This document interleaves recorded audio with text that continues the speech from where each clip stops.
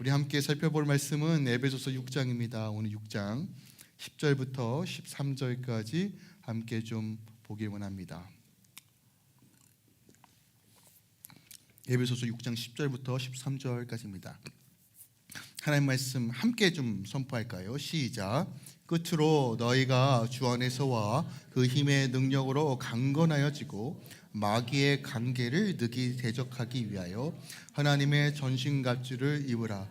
우리의 씨름은 혈과 육을 상대하는 것이 아니요 통치자들과 권세들과 이 어둠의 세상 주관자들과 하늘에 있는 악의 영들을 상대함이라. 그러므로 하나님의 전신갑주를 취하라. 이는 악한 날에 너희가 능히 대적하고 모든 일을 행한 후에 서기 위함이라. 아멘. 하나님의 말씀입니다. 자, 오늘부터 이제 전신갑주에 대한 이야기를 좀 함께 살펴보려고 해요.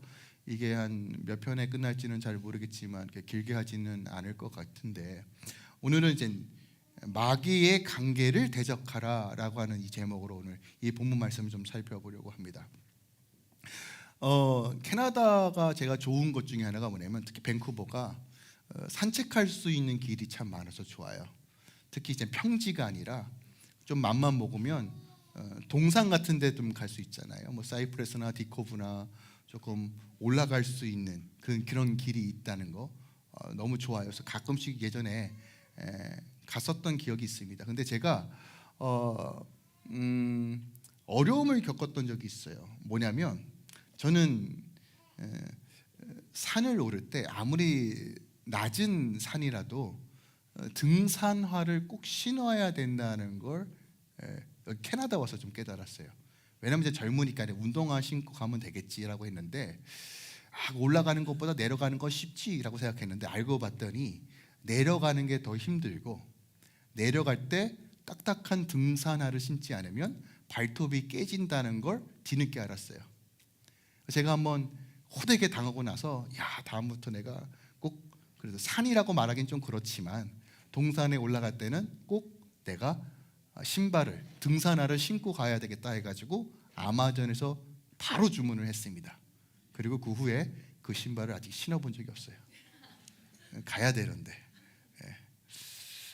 제가 말하고자 하는 요지는 그거예요. 뭐냐면, 우리가 어떤 일을 할 때 필요한 장비가 있어요. 그죠? 축구 경기를 하려고 하면 축구화가 기본적으로 있어야 됩니다.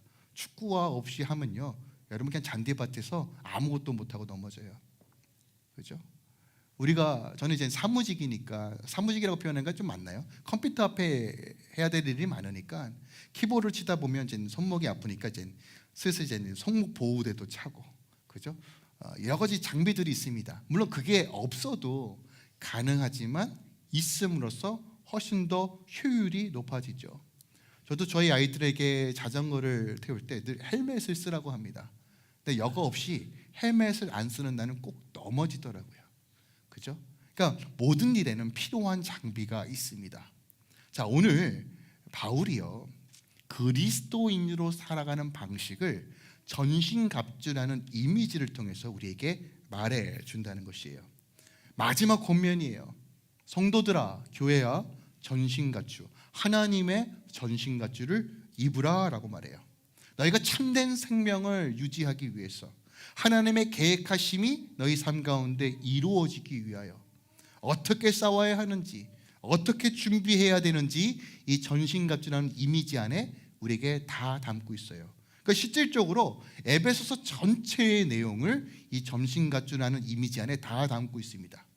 저희가 지금 오랜 시간 동안 에베소서를 살펴보고 있는데, 우리가 지난 나눴던 말씀들 다 기억하시죠? 네, 할렐루야.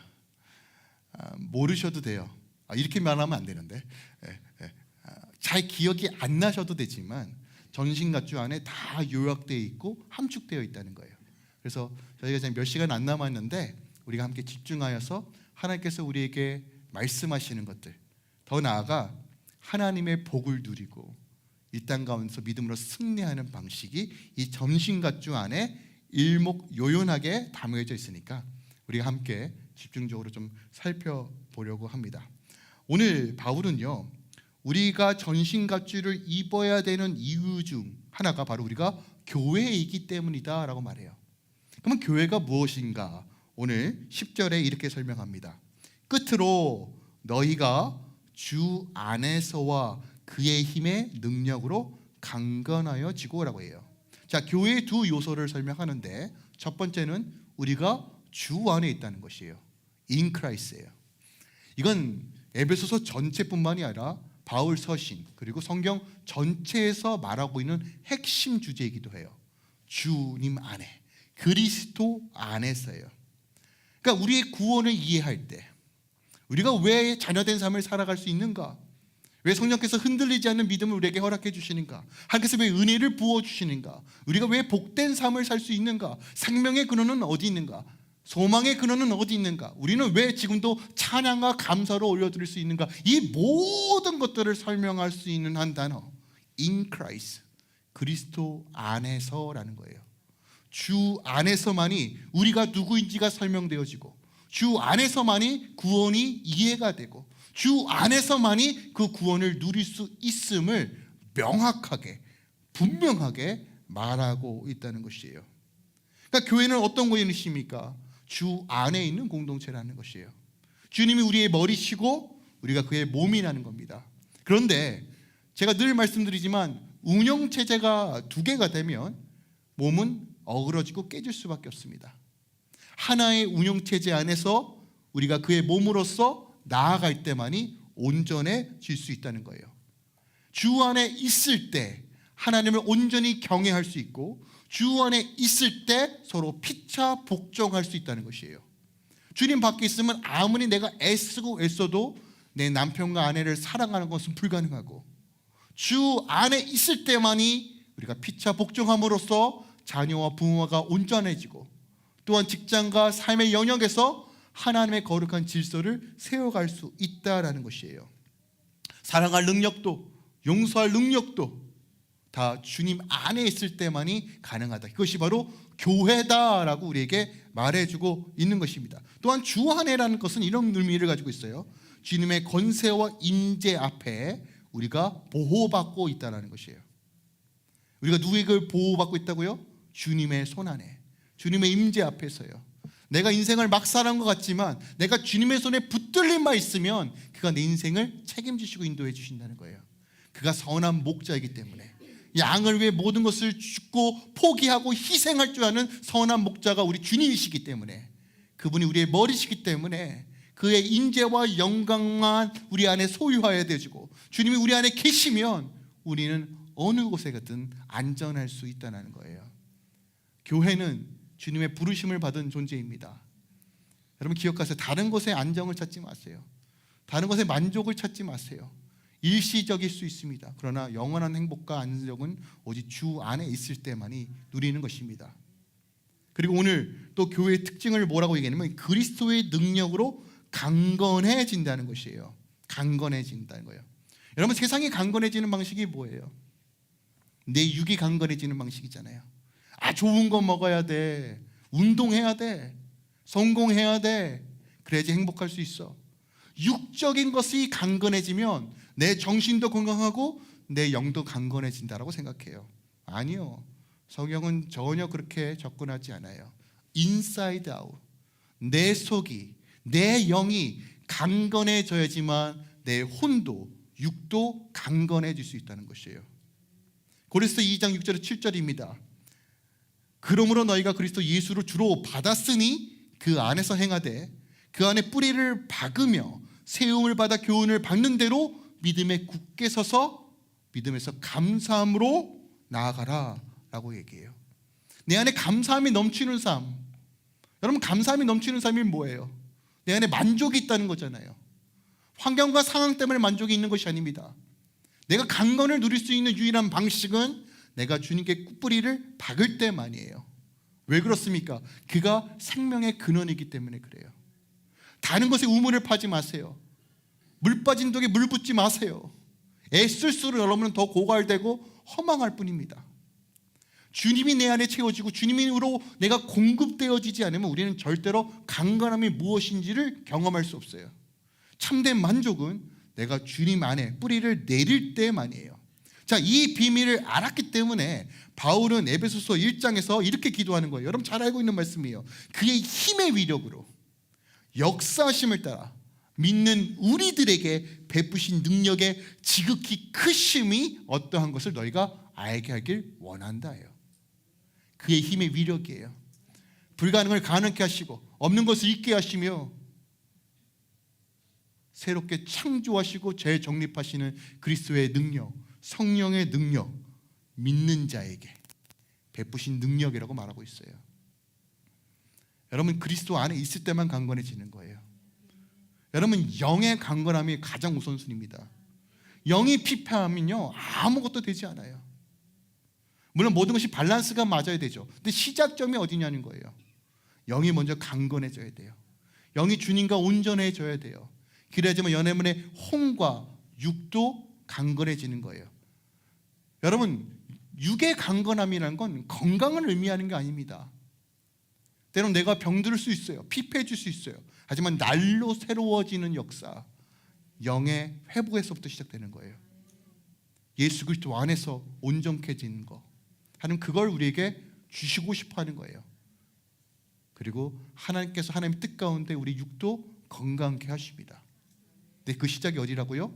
영이 건강해져야 되는 것이에요. 그리스도의 능력으로 강건해지는 것, 주 안에서 회복을 경험하는 것, 주 안에서 승리를 맛보는 것, 그것이 바로 교회다라는 거예요. 여러분 우린 강하지 않아요. 우린 여전히 죄와 허물 덩어리입니다. 마치 떨기나무와 같아요. 출애굽기 3장의 떨기나무에 불이 붙었는데 떨기나무가 타지 않는 장면을 모세가 목도합니다. 그 장면이 주는 의미가 무엇인가요? 우리 진짜 떨기나무같이 흔해 빠지고 타기 쉽고 사라지기 쉬운 존재예요. 연약하기 짝이 없어요.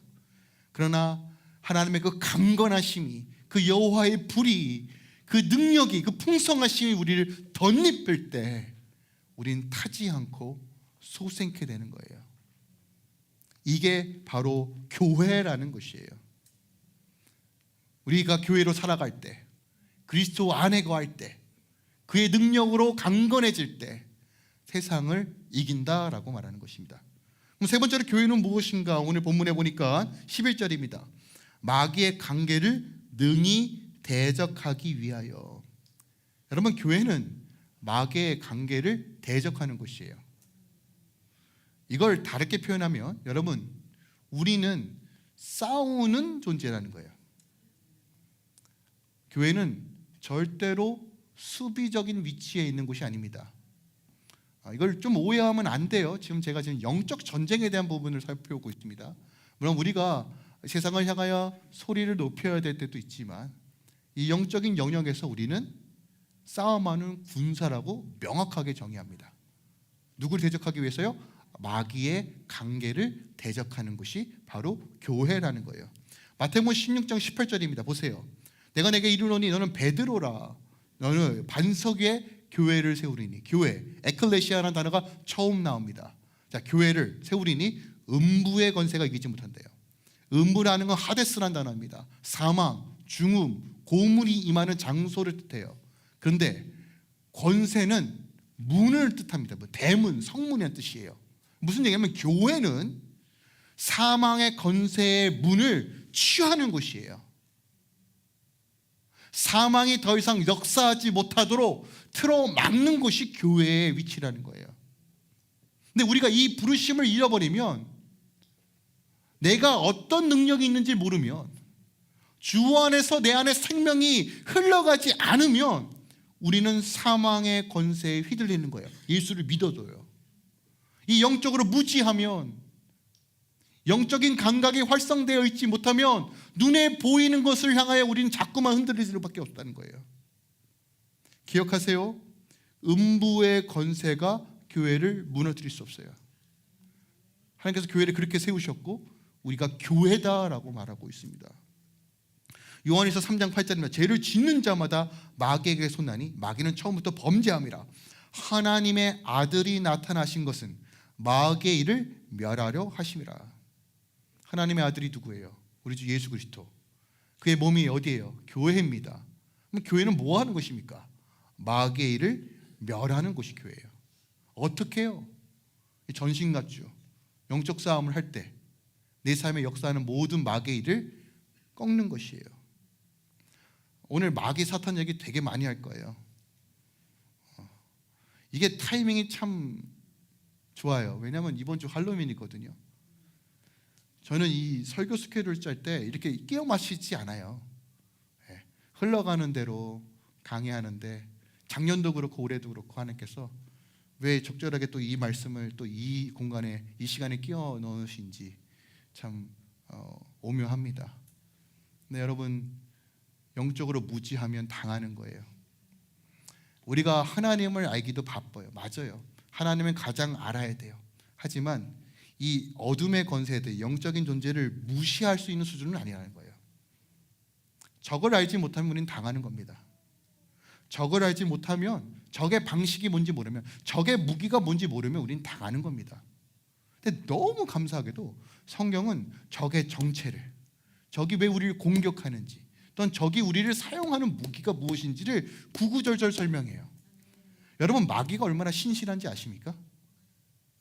어느 뭐에 신실하냐면 똑같은 방법을 늘 신실하게 써요. 공격할 때요, 우리.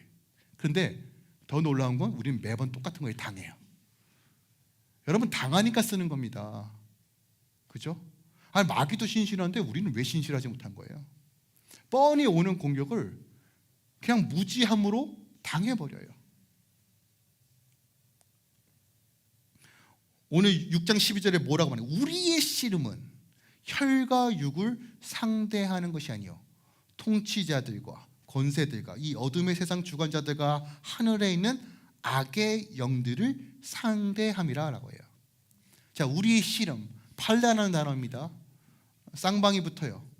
죽을 때까지 싸우는 거예요. 승부 볼 때까지 싸우는 것이 씨름입니다. 지금 우리가 씨름해야 될 대상이 여러분의 남편과 아내라고 말하지 않아요. 여러분의 자녀라고 말하지 않습니다. 여러분의 직장 상사와 여러분의 부하 직원이라고 말하지 않아요. 이웃집 아저씨라고 말하지 않아요. 저 원수 마귀 사단 권세들이라고 명확하게 말해요. 그 배후에 역사하는 영이 있다라고 명확하게 말해요. 여러분, 무지하면 당하는 겁니다. 눈에 보이는 것이 전부가 아니라 눈에 보이지 않는 체계와 세계가 있다라고 명확하게 우리에게 알려주는 거예요. 이 세상은요, 영적인 것을 배제하고 눈에 보이지 않는 것을 배제하고 눈에 보이는 것, 유물론적 인연과 생각으로 마치 인간이 모든 것을 다 할 수 있다라고 주장하기 시작해요. 뭐 신이 있어. 신은 없는 거야. 우연하게 모든 것들의 산물이야. 이 세상은 그렇게 만들어진 거야. 인간은 태어날 때부터 다양한 성을 가지고 있어. 이거 다 유물론적인 생각이란 말이에요. 인간이 주인이니까 신을 배제하고 신의 질서와 창조의 질서를 배제하고 만들어내려고 하니까 그 결과가 뭐냐는 거예요. 생명이 파괴되고 가정이 파괴되는 것이에요. 제가 감사하게도 원래 댓글을 잘 봐요. 제가 이번에 어저께 영상 뉴스마다 나오길래 댓글을 봤는데 이런 댓글이 많더라고요. 이건 기독교인인지 아닌지 잘 모르겠는데, 나는 기독교인이 아님에도 불구하고 차별금지법은 안 돼. 근데 이게 기독교인이 쓴 것 같아요. 근데 anyway, 내 인식이 바뀌기 시작한 건 맞는 것 같아요. 하나님, 이거 누가 깨웁니까? 교회를 통해서 하나님 깨우시는 거예요. 정상이 무엇인지를 교회를 통해서 깨워야 돼요. 근데 교회가 전신갑주를 입지 않고 주 안에 거하지도 않고 그의 능력으로 강건해지지 않으면 사단의 전략에 다 넘어가는 거예요. 근데 감사하게도 하나님께서 회개할 기회를 주시는 거예요. 지금 돌이킬 수 있는 은혜를 주시는 거예요. 여러분, 그 배후에 역사하는 영이 있기 때문에 우리는 예배하는 거예요. 티켓 들고 호소해봤자 아니 거대한 문화 파도 같은 싸움에서 어떻게 이기냐는 거예요. 네, 여러분, 이것은 영적인 싸움이기 때문에 예배한 거예요. 여러분 그걸 기억하셔야 돼요. 우리가 드리는 이 예배는 하늘의 문을 여는 역사가 일어났고 하나님의 일하심을 목도하는 게 예배예요. 왜요? 지금은 예배와 예배 싸움, 진리와 진리 싸움이기 때문에 그래요. 누굴 섬길 것인가? 거기서부터 모든 인생이 결정되는 거예요. 여호와인가? 바알인가?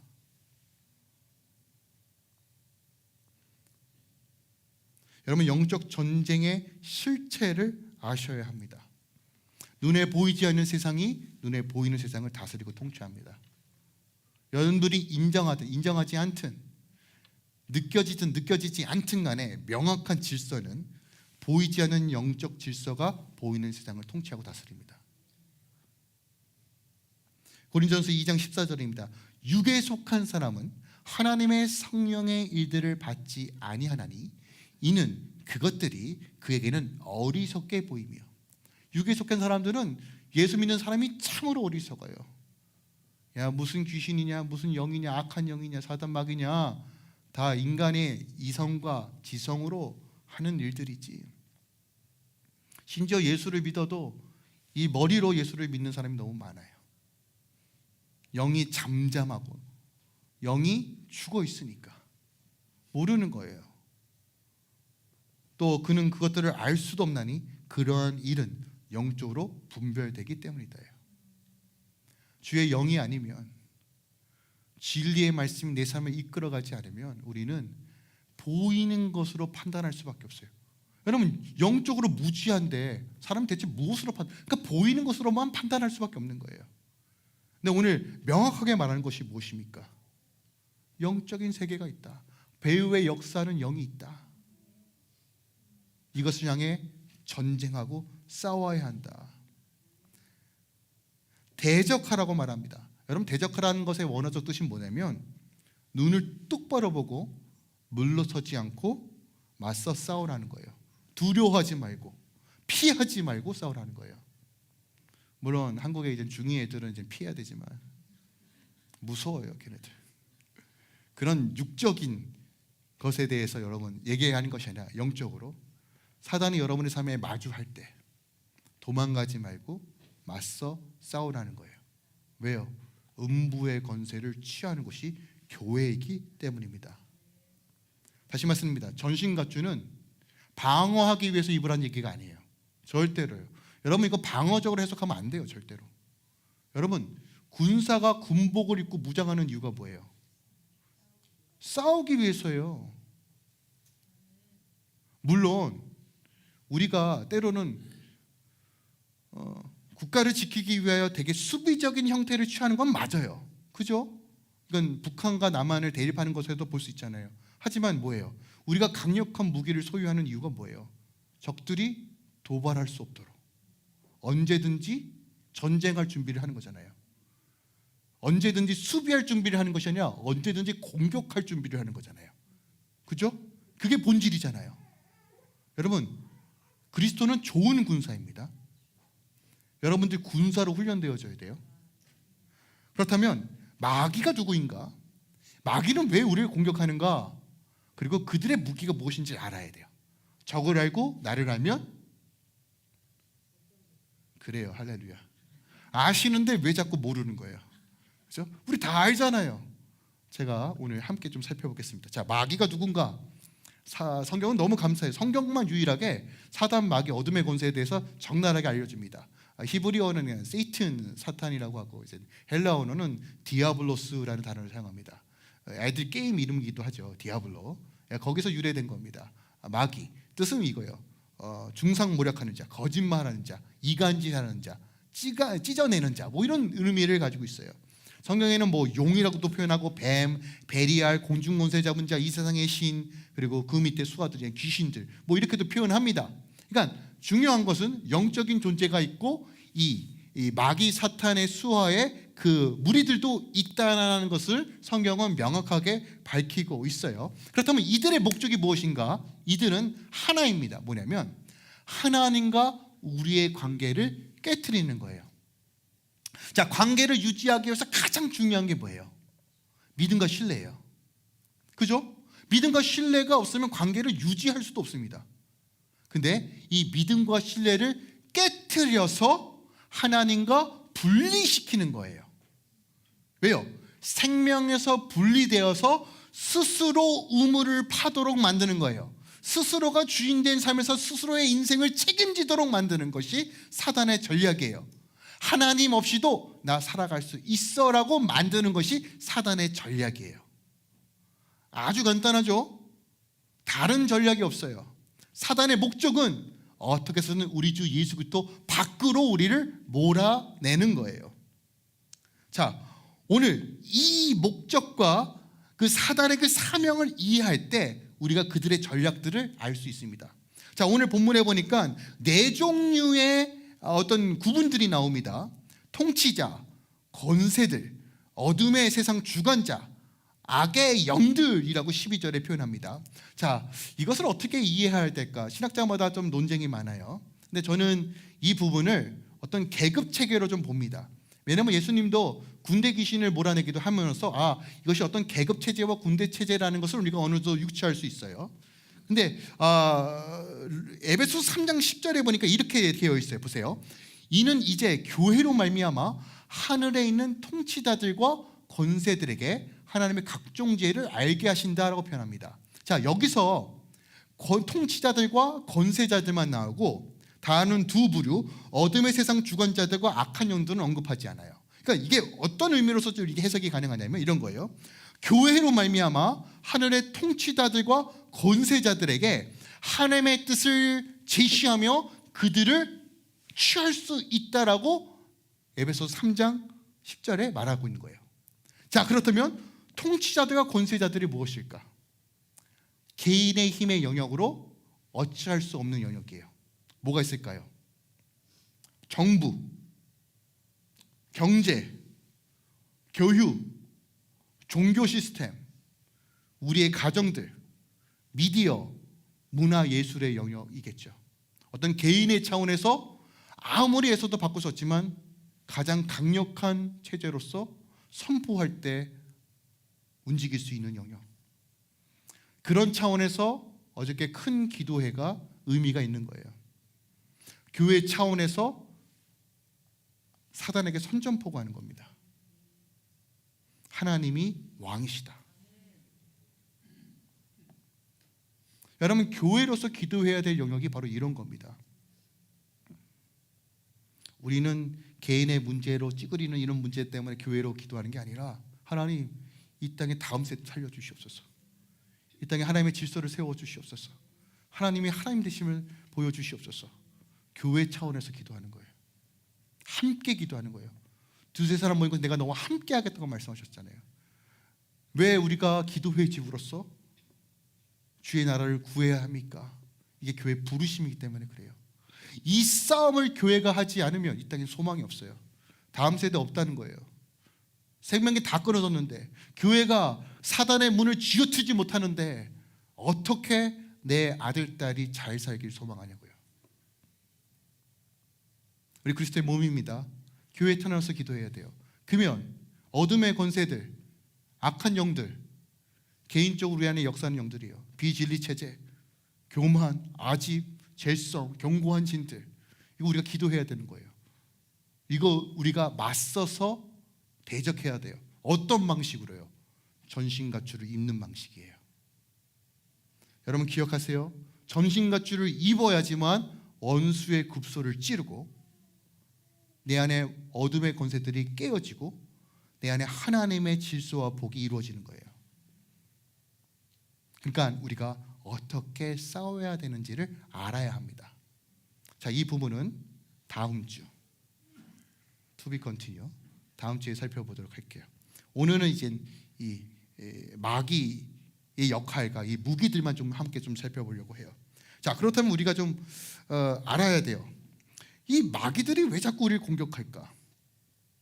마귀들이 왜 자꾸 공격할까? 그리고 우리는 왜 이 영적 싸움을 하는데 두려움을 자꾸 느낄까?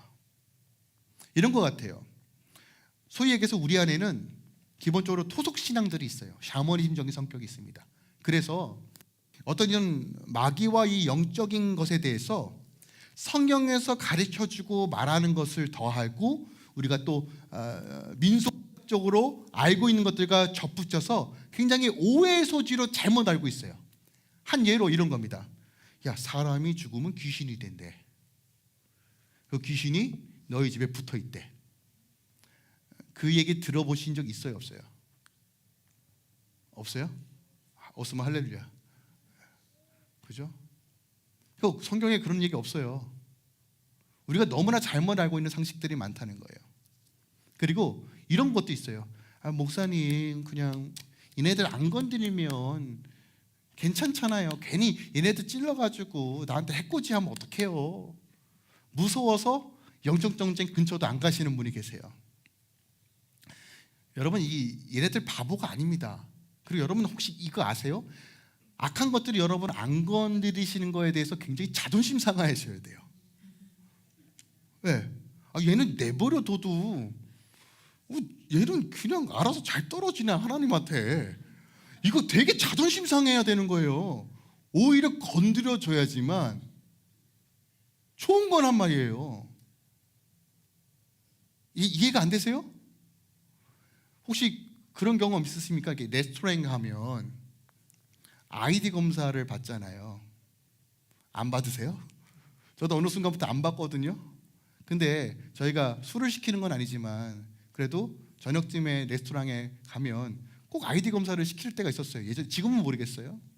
그때 왠지 나 아직 괜찮구나 뭐 이런 생각 안 드세요? 저만 그랬나 봐요. 죄송해요. 그런 거 있잖아요. 여러분 기억하세요.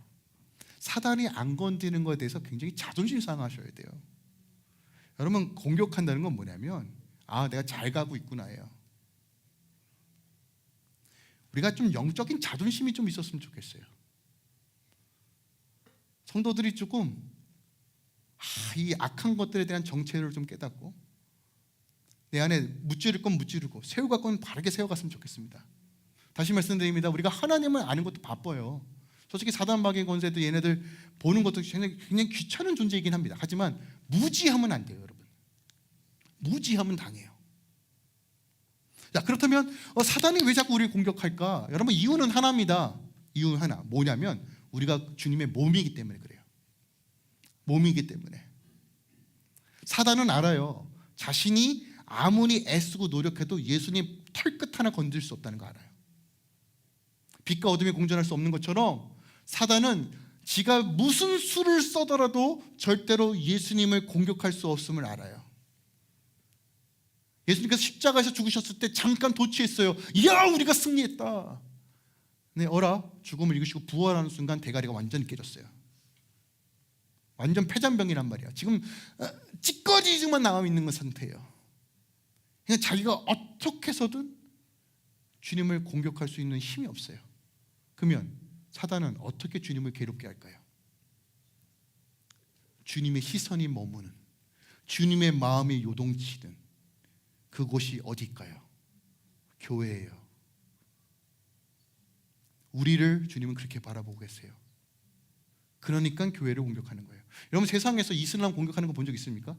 이슬람 못돼서 종교 탄압 이런 거 본 적 있어요? 불교 종교 탄압 본 적 있으십니까? 기독교만 늘 조롱거리잖아요. 왜 그럴까요, 여러분? 주님의 시선이 교회에 있듯이 사단의 시선도 교회에 있어요. 교회가 갈기갈기 찢어지면 누구의 몸이 갈기갈기 찢어지는 거예요? 주님의 몸이요. 그럼 주님이 슬퍼하실까요, 안 슬퍼하실까요? 괴로워하시는 거예요. 사단은 그거 누리는 겁니다. 교회가 분열되고 찢어지는 거, 교회가 사단이 너무 좋아하는 일이에요. 왜요? 주님의 몸이 찢어지니까. 자기가 할 수 있는 일은 그것밖에 할 수 없으니까. 근데 이거 이미 예수님께서 말씀하신 내용이에요. 요한복음 15장 18절입니다. 세상이 너희를 미워하면 너희보다 먼저 나를 미워할 줄 알라. 너희가 세상에 속하였다면 세상이 자기 것을 사랑하였을 것이나 너희는 세상에 속한 자가 아니요 내가 너희를 세상에서 택하였기 때문에 세상이 너희를 미워한다예요. 주님께서 이 말씀을 하면서 굉장히 마음이 아프셨을 거예요. 저도 우리 자녀가 아픈 것보다 제가 아픈 게 더 낫거든요. 저희 딸이 또 감기가 와서 좀 열이 좀 있어요. 어저께도 열이 막 40도까지 오르는데 보는데 계속 저는 이제 부성애가 되게 강해요. 그래서 수시로 열이 나는지 안 나는지 체크하고 재고 덮어주고 얼음물 주고 약 주고 그래요. 되게 좋아. 그게 부모의 마음이잖아요. 차라리 내가 아팠으면 좋겠다. 그런데 그 일을 주님이 감당할 수 없음을 알기에 말씀하시는 거예요. 세상이 너희를 미워할 것이다. 그러나 기억하라. 내가 너희와 함께 할 것이다. 그러면 이 사탄이 우리에게 사용하는 무기가 뭘까? 앞서 말씀드린 것처럼 사탄의 공격의 목적이 뭐예요? 분리예요. 주님과의 믿음을 깨트리는 거예요. 자, 이 깨트리기 위해서 사용하는 방식이 뭐예요? 우리가 흔히 알기들 사탄은 거짓의 아비죠. 중상모략하고 이간질하는 사람입니다. 자, 그러면 이간질과 거짓말을 통해서 대체 무엇을 이루려고 하는가? 이걸 알아야 돼요. 자, 최초 사탄이 인간을 공격하는 장면이 나옵니다. 어디일까요? 창세기 3장입니다. 제가 말씀드립니다. 사탄은 되게 신실해요. 똑같은 방법을 늘 동일하게 사용해요. 그러니까 창세기 때 사용했던 방식을 지금도 여전히 똑같이 사용합니다. 자, 이 장면을 조금 더 이제 분석해 볼게요. 창세기 3장입니다. 3장 1절에 이렇게 기록되어 있어요. 그런데 뱀은 여호와 하나님이 지으신 들짐승 중에 가장 강교하니라. 뱀이 여자에게 물어 이르되 하나님이 참으로 너에게 동산 모든 나무 열매를 먹지 말라 하시더냐라고 물어요. 자, 이 질문이 굉장히 중요합니다. 왜냐하면 이 질문 그대로 이 방식대로 오늘 우리에게도 찾아와 말하기 때문에 그래요. 만약에 사탄이요, 야 아담 이리 와봐. 야 내가 보니까 하나님 되게 나빠. 이제부터 하나님 믿지 마. 막 겁박하고 와 용으로 막 변해가지고 막 불을 막 뿜으면서 하나님 믿으면 죽여버린다 하고 아담과 하와가 어머 아이고 무서워 했을까요? 아니요. 당시 아담과 하와는 에덴 동산의 통치자예요. 다 다스리는 자입니다. 날마다 하나님과 대화하고 하나님과 교제했던 사람이에요. 그런데 그 뱀이 협박한다고 이제부터 하나님 안 믿을래? 어유 뱀아 내가 너가 너무 무서우니까 이제부터 너만 믿을게 이럴까요? 아니요. 불가능합니다. 아마도 협박하면 협박할수록 믿음은 더 견고해질 거예요. 맞죠? 그런데 오늘 사단의 전략을 보세요. 질문이 뭐예요? 동산의 모든 나무 열매를 먹지 말라 하더냐. 여러분 이게 어떤 의미인지 아세요? 사단이 아담과 하와에게 말씀하셨던 하나님 말씀하셨던 그 내용을 알까요, 모를까요? 압니다. 사단도 알아요. 그리고 실제로 지금 모든 나무 열매를 먹고 있는 상태예요. 근데 질문이 뭐예요? 야, 모든 나무 열매 먹지 말래며? 그러면 하와 입장에서 어떤 생각이 들까요? 에이, 바보. 야, 그거 모르냐? 몰라? 여기 다 우리가 먹는 거잖아. 다 먹는 거야. 사단이, 뱀이. 그래? 내가 잘못 알았나? 좋겠다. 너는 다 먹고 있었구나. 나는 못 먹었어. 혹시 무슨 맛인지 나에게 좀 설명해 줄 수 있어? 이렇게 접근하지 않을까요? 제가 이 장면 진짜 많이 고민했어요. 어떻게 이 바보같이 이 뱀 따위에게 넘어갈 수 있을까? 대체 무슨 전략을 썼길래 왜 하와와 아담이 넘어갔을까? 고민 진짜 많이 했는데 아마 강대강으로 붙었으면 하와와 아담은 넘어가지 않았을 거예요. 그런데 오늘 뭐라고 얘기합니까? 모든 나무 열매를 먹지 말래요. 그러니까 뭐야? 너 잘못 알았어. 이거 다 먹어도 돼. 하나님께서 다 우리에게 주셨어. 그럼 뱀이 뭐라고 얘기할까요? 진짜? 이상한데? 질문하는 거예요. 그랬더니 보세요. 하와가 이렇게 대파요. 동상 중앙에 있는 나무 열매는 하나님의 말씀에 너희는 먹지 말라. 만지지도 말라. 너희가 죽을까 하노라 하였다는 거예요. 야 이상하잖아. 거봐. 다 먹지 말라고 했는데 넌 다 먹었다 얘기했는데 왜 하나는 못 먹게 해? 야 그거 너 먹어놓고 나한테 안 먹었다고 얘기하는 거 아니야? 나는 안 먹는다고 알았는데 너는 먹는다고 얘기했는데 저건 또 먹지 말. 이거 맥센스 하지 않잖아. 상식적이지 않잖아. 일반적이지 않잖아. 네가 여기 관리자라며 통치자라며 왜 저건 먹지 말라고 얘기해? 이상하지 않니? 여러분 이 전략을 잘 보셔야 돼요. 되게 순진한 척해요. 백치미인 것처럼 와서 너는 알고 있어. 난 모르는데 어떡해? 진짜요? 아닌 것 같은데 라고 하면서 슬슬 긁는 거예요. 하와의 생각이 맞아, 나 여기 주인이지. 근데 이거 좀 말이 안 되는데? 다 먹어도 된다는데 왜 저건 못 먹어? 왜 누구에게는 또 먹지 말라고 얘기해? 이거 이상한데? 그러니까 그때 뱀이 뭐라고 얘기해요? 야, 너 안 죽어. 너 하나님처럼 될 수 있어 라고 얘기해요. 전략을 보세요.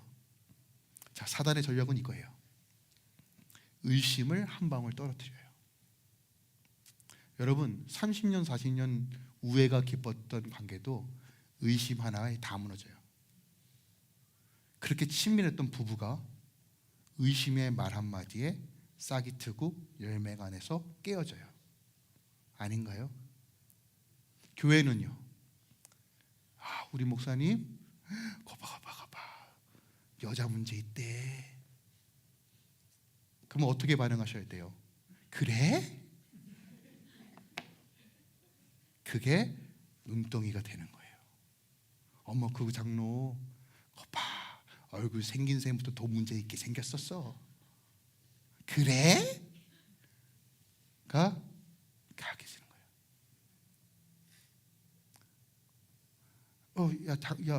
야, 당신 남편 좀 관리 좀 잘해야 되겠어. 왜요? 그랬더니 어디 갔더니 누구 여자랑 어디 걸어가더라. 그래? 그러니까 부부가 깨져요. 여러분, 진짜 일상에서 일어나는 일이에요. 그죠? 진짜 사단은요, 별거 안 해요. 의심 하나 딱 떨어뜨려요. 그리고 이걸 우린 덥석 묻습니다. 왜요? 궁금하고 호기심에, 혹은 어찌 배신감에 둘레둘레 만들어요. 여러분, 하와만 그 상황에 있는 게 아니라 아담도 같이 있었을 거예요. 아담도 이상한데? 라고 하는 이 의심이 결국 뭐로 발전하는 거예요? 하나님, 좀 이건 납득이 안 되는데? 라고 하는 것으로 액션으로 드러나는 겁니다. 여러분, 사단은요, 강대강으로 우리에게 접근하지 않아요. 사단도 알아요. 기독교인은 핍박하면 핍박할수록 믿음이 견고해짐을 알아요. 근데 요즘 사단의 전략이 뭐예요? 야, 그거 하나님 의지하지 않아도 돼. 혹은 이런 겁니다. 야, 너 지금까지 그렇게 열심히 봉사하고 헌신하고 헌금했는데 너는 왜 사업이 이 지경이냐? 야, 니네 아들 딸은 왜 아직도 결혼 못하냐? 하나님 살아계신 거 맞냐? 의심 하나 딱 떨어뜨리면요, 와장창 무너져요. 수도 없이 무너지는 그리스도인들을 봅니다. 여러분, 사단은요, 위협적으로 오지 않아요. 일상에서 의심이라는 씨앗을 던집니다. 목적이 뭐예요? 하나님과의 틈을 만드는 거예요. 그래서 오늘 에베소서도 뭐라고 말합니까? 4장 27절에 마귀에게 틈을 주지 말라요. 이게 여러분 사단의 전략이에요. 근데 우리는 뻔히 알아요. 그런데 의심을 웰컴해요. 그래서 그래가 혼자만 해야 되는 스노우볼처럼 집단으로 만들어서 교회를 쪼개고 관계를 다 쪼개요. 팩트는 중요하지 않아요. 자기 감정과 확신만 있을 뿐이에요. 그게 지금 오늘날 우리가 분열되고 있는 이 세상의 모습 아닙니까? 또 하나 사단의 전략을 보셔야 돼요. 고린도후서 4장 4절입니다. 이 세상의 신이 믿지 아니하는 자들의 마음을 혼미하게 하여 그리스도의 영광의 복음의 광채가 비치지 못하게 한대요. 사단의 전략은 마음을 혼미하게 한대요. 여러분, 혼미하게 하는 방법은 뭐냐면 잡다한 걸 다 집어넣으면 돼요. 그래서 뭐가 중요하고 뭐가 덜 중요한지 분간할 수 없을 정도로 그냥 마음속에 다 집어넣으면 돼요. 그래서 정신을 쏙 빼놓고 마음을 빼앗기고 바쁘게 만드는 거예요. 여러분 기억하세요? 바쁠수록 기도하는 거고 바쁠수록 말씀 보는 거예요. 우리는 단순해야 돼요. 그런데 우리는 많은 것을 아는 것이 나의 구원이라고 생각해요. 그래서 유튜브가 여러분에게 도움이 안 될 때가 더 많다는 거예요. 잡다한 지식이 너무 많아요. 이것도 저것도 이것도 이 교회는 이렇대, 이 목사는 이렇대, 하여간 각종 지식을 다 끄집어내서 본인이 이제 교주가 되어 있어요. 마음이 혼미해요. 그러면서 마치 하나님을 아는 것처럼 얘기해요. 그러면 여러분 기억하세요. 마음의 의심은 듣는 영역이고 마음을 혼미케 하는 건 보는 영역이에요. 그 사단은 보고 듣는 것을 통해서 우리가 미혹되어서 하나님과 우리를 분리시키는 거예요. 하나님보다 더 중요한 것을 만들어버리고 하나님과의 관계를 의심케 하며 내 스스로 웅덩이의 물을 파도록 만든다는 거예요. 여러분, 이거 넘어지지 않기 위해서 전신갑주를 입으라고 말하는 거예요. 이 공격 지금도 우리 안에 있어요. 전쟁하기 전에 준비하기 위해서 전신갑주 입으라는 얘기가 아니에요. 지금 여러분 전쟁 중에 있어요. 우리 전쟁 중에 있단 말이에요. 그러니까 이거 입고 싸워야 해요. 오늘 뭐라고 말합니까? 13절에 악한 날에 능히 모든 일에 행하리에 서기 위하여 전신갑주를 입으래요. 지금 이때, 그러니까 여러분이 상황에 처해 있는 모든 관계의 문제, 그 배후의 역사하는 영이 있음을 기억하세요. 분노가 치밀어오고 화가 주체가 안 되고 내 입술이 악이 토해지는 그 모든 배후에는 사단의 역사심이 있어요. 내 안에 생명이 넘쳐나면 우리 입술이 바뀌고 우리 표정이 바뀌고 삶이 바뀌어요. 근데 내가 덜 충만하면 늘 악이 쏟아져 나오더라고요. 제가 그래요. 가정 안에서 덜 충만하면 딱 티가 나요. 감사하게도 제가 덜 충만하면 우리 아내가 늘 충만해요. 다 받아주더라고요. 얼마나 감사한지. 근데 이걸 또 합리화하면 안 돼요. 받아주는 사람이 있으니까 이래도 된다. 이것만큼 교만한 게 없어요. 아시죠? 그러니까 우린 늘 이래나 저래나 늘 싸움 안에 있습니다. 네, 기억하세요. 틈을 주지 않고 전신으로 갑주를 입어야 됩니다. 베드로전서 5장 8절입니다. 근신하라 깨어라. 너희 대적마귀가 우는 사자같이 두루 다니며 삼킬 자를 찾는다라는 거예요.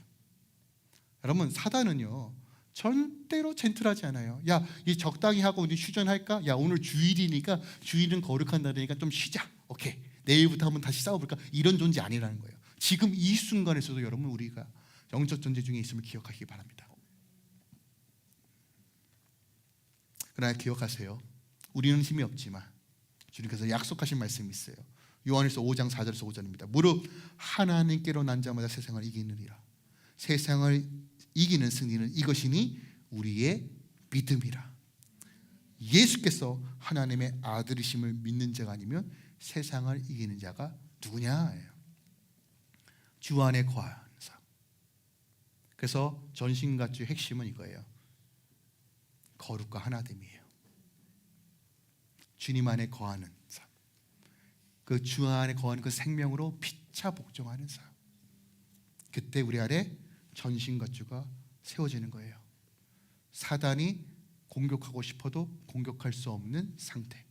그리고 주의 말씀과 믿음으로 돌파하는 인생. 저는 이 교회가 하나님의 전신갑주로 무장하길 소망합니다. 이번 주 또 할로윈이 찾아옵니다. 거대한 영적 무브먼트가 일어나요.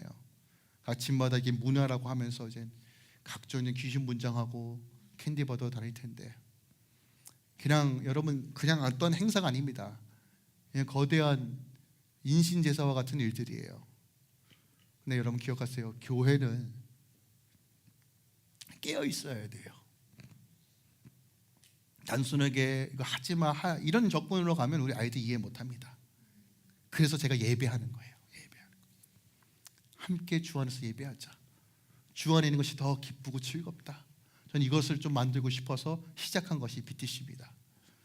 여러분 계속 다음 세대를 위해 기도해 주시고, 또 이번 한 주도 여러분 사탄이 여러분의 삶 가운데 의심의 방울을 떨어뜨릴 때 주의 거룩한 보혈로 막으시고, 여러분의 마음을 혼미하게 하고 수많은 정보와 걱정과 근심으로 여러분의 삶을 무너뜨릴 때 온전한 회개함으로 주님께 엎드려 주의 얼굴을 구하십시오.